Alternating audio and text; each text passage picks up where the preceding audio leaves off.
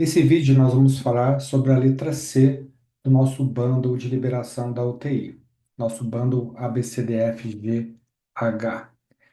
A letra C tem relação com a avaliação da sedação e com a abstinência. Então, nos próximos minutos, nós vamos falar sobre as escalas de sedação e de abstinência que nós usamos aqui na nossa UTI e como isso impacta na boa assistência ao nosso paciente.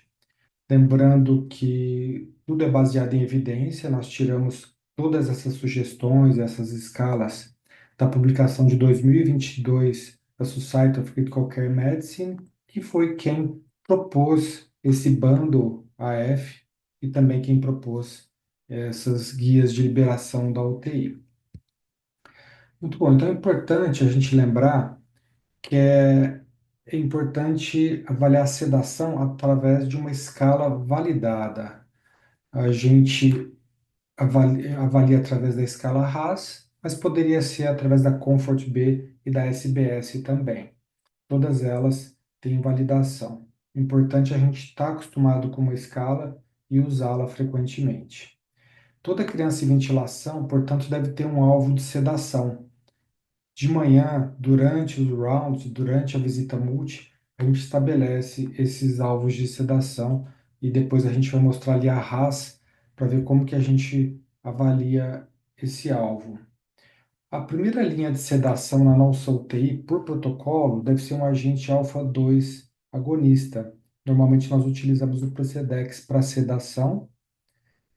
Podemos usar a clonidina também, mas normalmente a gente usa o Precedex. E depois, quando a gente começa a desmamar o Precedex, a gente entra a clonidina via enteral para evitar a abstinência. A gente costuma usar o Precedex em dose mais baixa inicialmente, pode ser feito até um bolus, e a gente vai aumentando conforme a necessidade e de olho nos efeitos adversos, aí fica sempre de olho na frequência cardíaca, na pressão arterial. A gente normalmente associa um agente opioide para dor. A gente normalmente começa também dor, pode ser feito um bolus, é interessante que se faça um bolus inicialmente para começar devagar e depois aumentar devagar. A nossa preferência é pela morfina. A gente sabe que o fentanil também é bastante utilizado e não tem problema nenhum para aquelas crianças que ficam muito pouco tempo em ventilação mecânica, mas aquela criança que a gente vê que vai ficar um pouco mais de tempo, a gente tem preferido a morfina. Pode ser usado também o Propofol para auxiliar em doses sempre abaixo de 4 miligramas por quilo por hora e preferencialmente por menos de 48 horas, para evitar a síndrome de infusão do Propofol. A cetamina também a gente costuma usar bastante aqui na nossa UTI, que pode ser também um agente adjuvante. Cetamina, que é um agente anestésico e atua também como analgésico e sedativo. Essa aqui é a escala de RAS que nós costumamos usar. De uma maneira geral, a maior parte das nossas crianças, o alvo é de 0 a -2, ou seja, alerta e calmo até uma sedação leve. Então, a gente evita uma sedação moderada ou profunda, porque tem efeitos adversos importantes, e a gente evita também deixar muito pouco sedado e analgesiado, para que o paciente não sinta desconforto, dor ou mesmo ele perca acesso venoso, ou mesmo se estube de forma indevida. Falando um pouco da abstinência, é importante usar uma escala validada, a gente pode usar o VAT ou o SOS, nós utilizamos a VAT-1 aqui na nossa UTI, iniciar após 3 dias de doses altas de opioides ou de benzodiazepínicos, né, no paciente que é imediatamente entubado, a gente não costuma usar a escala de abstinência, só depois do terceiro dia, quando a gente começa a fazer a transição. E é importante tratar a abstinência de opioides e de benzodiazepínicos, a abstinência por alfa-2 agonistas, como é o caso do Precedex e da clonidina, deve ser avaliada por uma escala própria que eu vou mostrar ali mais para frente. O tratamento de abstinência por alfa-2 agonista também fazer uma transição de medicação, que a gente costuma iniciar a clonidina. Essa aqui é a escala VAT-1, que vocês já estão acostumados.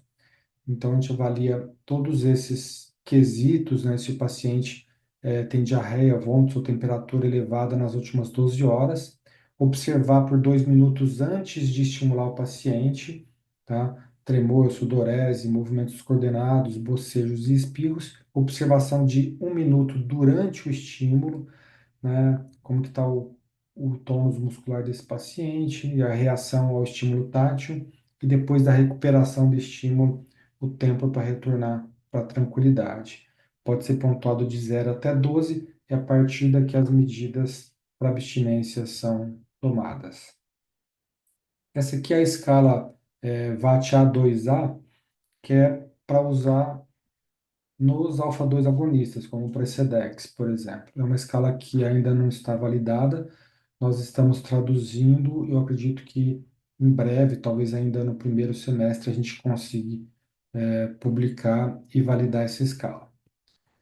Então, resumindo aqui, uma avaliação contínua da sedação e abstinência, nós conseguimos reduzir efetivamente o tempo de ventilação mecânica. Vários estudos mostram isso.